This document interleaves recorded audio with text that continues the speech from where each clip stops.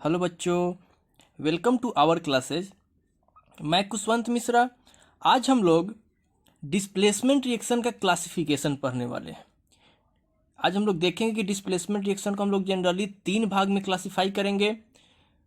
सबसे पहला neutralisation reaction, दूसरा प्रेसिपिटेशन रिएक्शन और third number gas formation reaction. यहाँ पे जो गैस फॉर्मेशन होगा वो गैस इनसॉल्युबल गैस होगा। क्या चीज़ में? सॉल्यूशन में। ये गैस इनसॉल्युबल होगा क्या चीज़ में? सॉल्यूशन में। तो आज तीनों रिएक्शन को हम लोग क्या करेंगे, पढ़ेंगे डिटेल में। तो चलिए हम लोग सबसे पहला शुरू करते हैं कि न्यूट्रलाइजेशन रिएक्शन क्या होता है। Neutralization reaction, it is a double displacement reaction between acid and base. एक वैसा डिस्प्लेसमेंट रिएक्शन है किसका किसका? एसिड और बेस का। यानी कि जब हम एसिड और बेस को आपस में रिएक्ट करवाते हैं तो एक प्रोडक्ट फॉर्म होता है सॉल्ट एंड वाटर। इस रिएक्शन को हम लोग न्यूट्रलाइजेशन रिएक्शन बोलते हैं। लेकिन हम क्या बोलेंगे कि when acid and base react to form salt and water.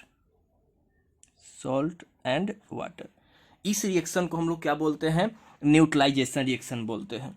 ये जो न्यूट्रलाइजेशन रिएक्शन है, इस न्यूट्रलाइजेशन रिएक्शन में हमें 2 कंपोनेंट का जरूरत पड़ता है, एक एसिड और दूसरा क्या चीज?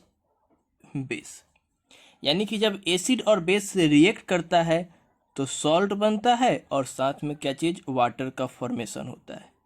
इसको हम लोग क्या बोलते हैं? Neutralization reaction. यानी reaction between acid and base is called neutralization reaction. Acid क्या होता है और बेस क्या होता है, इसको हम लोग एग्जाम्पल से समझते हैं। एसिड क्या है? देखिए, H2SO4, इसको हम लोग सल्फ्यूरिक एसिड बोलते हैं। HCl, इसको हम लोग हाइड्रोक्लोरिक एसिड बोलते हैं। HNO3, इसको हम लोग नाइट्रिक एसिड बोलते हैं। H3PO4, इसको हम लोग फॉस्फोरिक एसिड बोलते हैं। HF, इसको हम लोग हाइड्रोफ्लोरिक एसिड बोलते हैं। HI, इसको हम लोग हाइड्रोआयोडिक एसिड बोलते हैं। HBr, इसको हम लोग हाइड्रोब्रोमिक एसिड बोलते हैं। यानी कि एसिड क्या होता है? एक वैसा कंपोनेंट जिसमें H+ आयन होता है। ये सारा H+ आयन है तो उसको हम लोग क्या बोलते हैं? एसिड पर बोलते हैं। बेस क्या होता है कि जितने भी मेटल हाइड्रो ऑक्साइड होते हैं वो सारे क्या कहलाते हैं? बेस कहलाते हैं। जैसे NaOH, KOH, sodium hydroxide, potassium hydroxide, ZnOH का whole twice, zinc hydroxide, MgOH का whole twice, magnesium hydroxide, AgOH, silver hydroxide, ZnOH का whole twice, zinc hydroxide, PbOH का whole twice, lead hydroxide, AlOH का whole thrice, aluminium hydroxide. ये सारा क्या है? Base है। यानी कि मेटल हाइड्रोक्साइड को हम लोग क्या बोलते हैं? बेस बोलते हैं। जब ये दोनों आपस में क्या करता है? रिएक्ट करता है तो क्या बनाता है? Salt and water. तो चलिए हम इसको एग्जाम्पल समझते हैं न्यूट्रलाइजेशन रिएक्शन को। एग्जाम्पल है, एसिड में हम लोग लेते हैं सबसे पहला HCl, hydrochloric acid, plus base में लेते हैं NaOH, सोडियम हाइड्रोक्साइड। यानी जब HCl acid sodium hydroxide base के साथ रिएक्ट करेगा तो बनाएगा सॉल्ट एंड वाटर। यानी एक मेरा वाटर होगा H2O, इसको लिख दिए। दूसरा सॉल्ट कौन सा होगा? देखिए, ये Na और HCl अपना अपना क्या करेगा? प्लेस को चेंज करेगा। यानी Na चला जाएगा किसके जगह पे? हाइड्रोजन के जगह पे, और हाइड्रोजन चला जाएगा किसके जगह पे? Na के जगह पे। यानी NaCl, यानी Na जब इसके साथ आएगा इसके जगह पर तो क्या बनाएगा? NaCl। और साथ में जब हाइड्रोजन जाएगा OH के जगह पर तो क्या बनाएगा? वाटर। यानी NaCl जो हुआ ये मेरा क्या हुआ? सॉल्ट हुआ। दूसरा एग्जाम्पल देखते हैं। एक एसिड ले लिए H2SO4 प्लस, इधर में हम लोग बेस ले लिए ZnOH का होल ट्वाइस, यानी zinc hydro oxide. H2SO4 acid, zinc hydroxide क्या चीज़? बेस, यानी कि ये एसिड और ये बेस। जब ये दोनों रिएक्ट करेगा तब क्या करेगा? सबसे पहला तो काम है मेरा क्या चीज़ कि हम H2O लिख दिए कि हाँ एक तो वाटर बनेगा ही बनेगा। दूसरा, ये ZnH2 के जगह पर आएगा तो क्या बनेगा? ZnSO4। क्या चीज़? ZnSO4। ये क्या है? सॉल्ट है। ये है सॉल्ट जिसका नाम क्या है? Zinc sulphate. यानी SO4 जो है, ये SO4 जिंक के साथ कंबाइन करेगा और कंबाइन करके क्या बनाएगा? ZnSO4। और ये H2 और OH2 बनाएगा क्या चीज़? H2O। थर्ड एग्जाम्पल हम लोग देखते हैं कि मेरे पास एक एसिड है HNO3 नाइट्रिक एसिड। इसको जब हम PbOH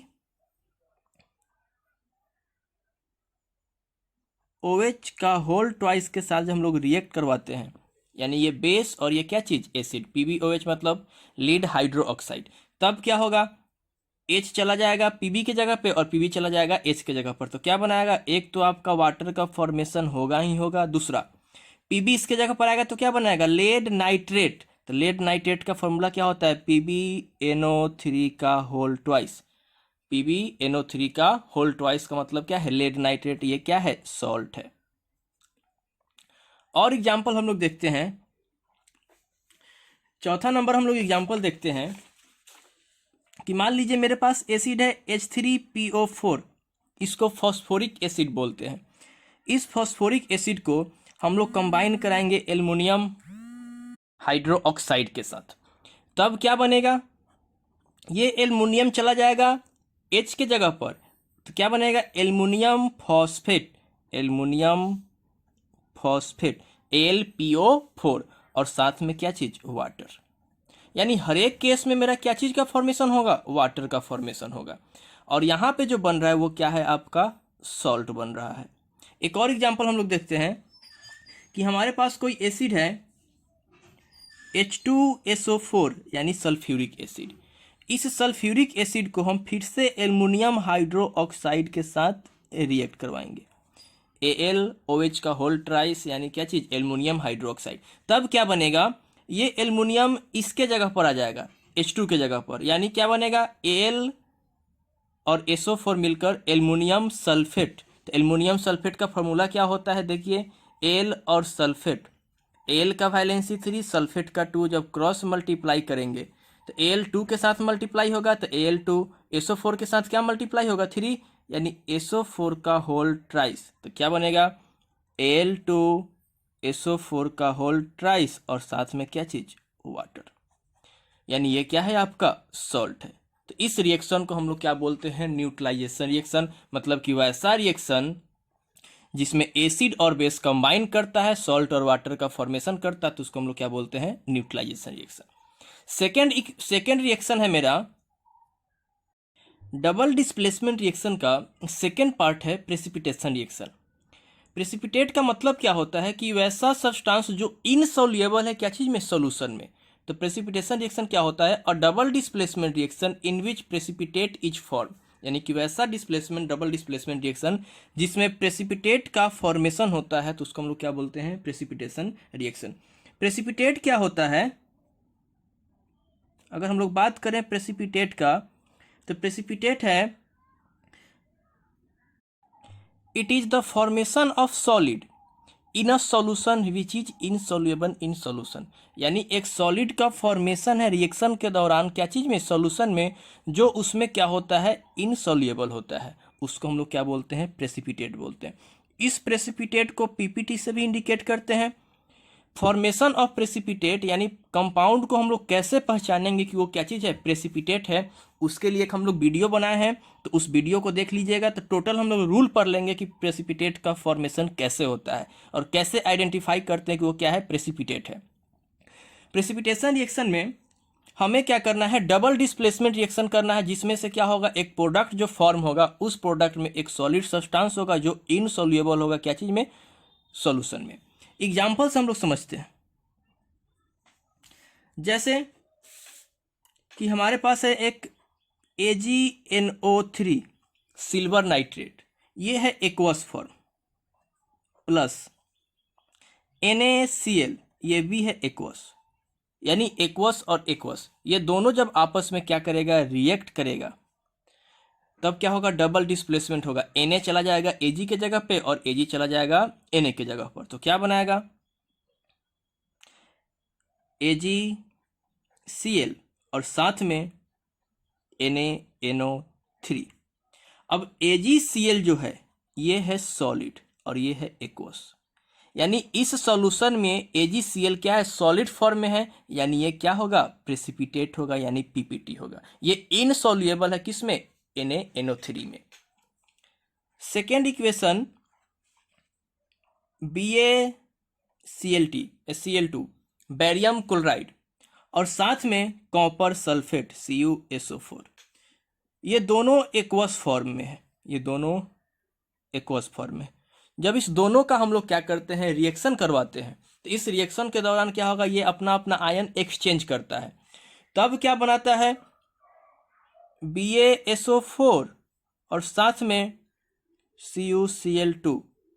ये जो है BaSO4 ये सॉलिड है और ये है एक्वस, यानी कि इस सॉल्यूशन में BaSO4 सॉलिड के रूप में है, तो इसको हम लोग क्या बोलेंगे, PPT।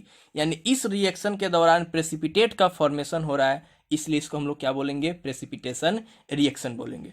और एग्जांपल हम लोग देखते हैं कि हमारे पास एक है PbNO3 का होल ट्वाइस लेड नाइट्रेट। जब ये लेड नाइट्रेट कंबाइन करता है Na2SO4 यानी सोडियम क्या चीज, सल्फेट के साथ, तो इस रिएक्शन के दौरान जब आयन अपना एक्सचेंज करेगा, Pb और Na आपस में क्या करेगा, अपना स्थान बदलेगा, तब क्या बनाएगा, PbSO4 और साथ में NaNO3। PbSO4 और NaNO3 यानी लेड सल्फेट और सोडियम नाइट्रेट, ये है एक्वस, यानी ये सॉल्यूशन के फॉर्म में, और ये आपका सॉलिड रहेगा, यानी ये सॉलिड मतलब ये क्या कहलाएगा, PPT कहलाएगा, इनसॉल्युएबल इन सॉल्यूशन। तो इसको हम लोग क्या बोलेंगे, PPT। किसका एग्जांपल है, प्रेसिपिटेशन रिएक्शन का एग्जांपल है।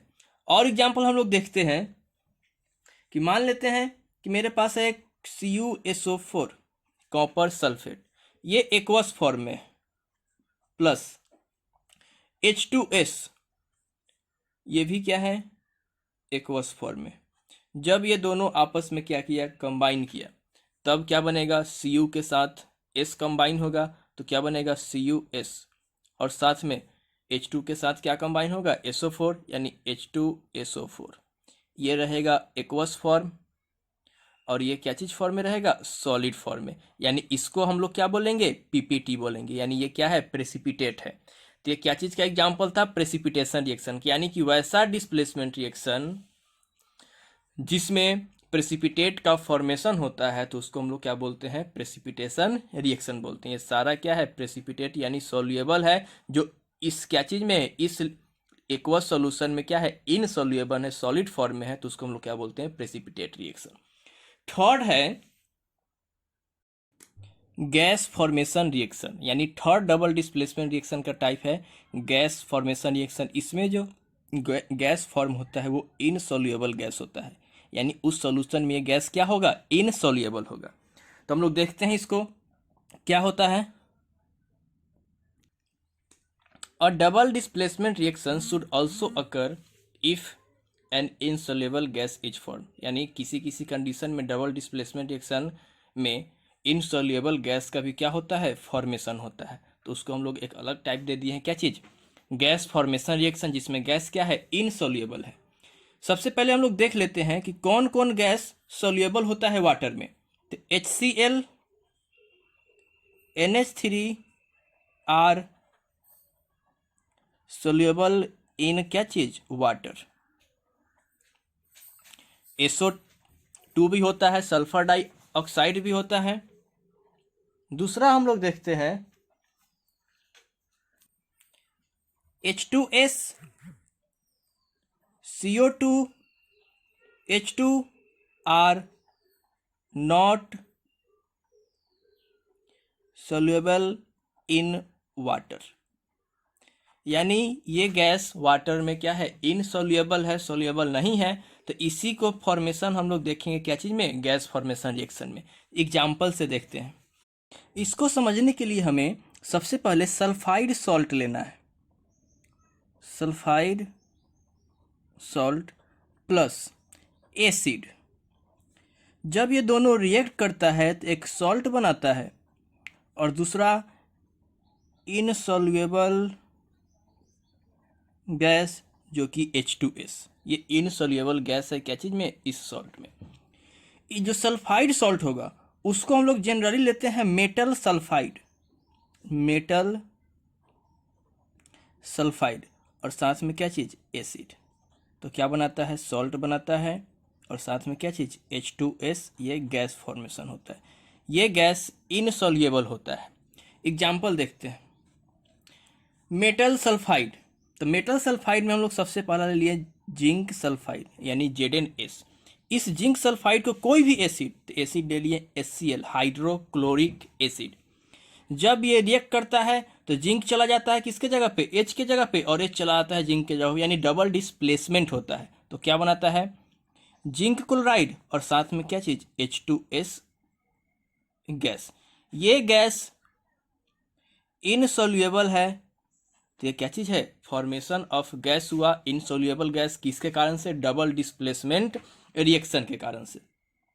दूसरा हम लोग देखते हैं लेड सल्फाइड, यानी एक मेटल सल्फाइड लिए जिसमें क्या है, लेड सल्फाइड। इसको हम रिएक्ट करवा रहे हैं H2SO4 के साथ यानी सल्फ्यूरिक एसिड के साथ। तब क्या होगा, Pb चला जाएगा H2 के जगह पर और H2 चला जाएगा Pb के जगह पर। तब क्या फॉर्म होगा, PbSO4 और साथ में H2S। ये क्या है, गैस है, यानी इनसॉल्युबल गैस। तीसरा एग्जाम्पल हम लोग देखते हैं। हम लोग ले लिए मैग्नीशियम सल्फाइड। इस मैग्नीशियम सल्फाइड को जब हम लोग नाइट्रिक एसिड के साथ रिएक्ट करवाते हैं, HNO3 मतलब नाइट्रिक एसिड, तो क्या बनता है, Mg और H अपना अपना क्या चीज, जगह को चेंज कर लेता है, प्लेस को चेंज कर लेता है। तो MgNO3 का होल ट्वाइस मैग्नीशियम नाइट्रेट और साथ में H2S। ये जो H2S है ये क्या है, इनसॉल्युबल है यानी गैस है। तो ये क्या चीज था, आपका रिएक्शन था किसका, गैस फॉर्मेशन रिएक्शन का, जिसमें गैस क्या है, इनसॉल्युबल है। गैस क्या है, इनसॉल्युबल। तो ये टाइप था किसका, डबल डिस्प्लेसमेंट रिएक्शन का। आज के वीडियो में इतना ही। नेक्स्ट वीडियो को देखने के लिए चैनल को सब्सक्राइब करें और बेल आइकन को दबाना ना भूलें, ताकि हम जो भी नया वीडियो अपलोड करें सबसे पहले आपके पास पहुंचे। तो आज के लिए इतना ही, धन्यवाद।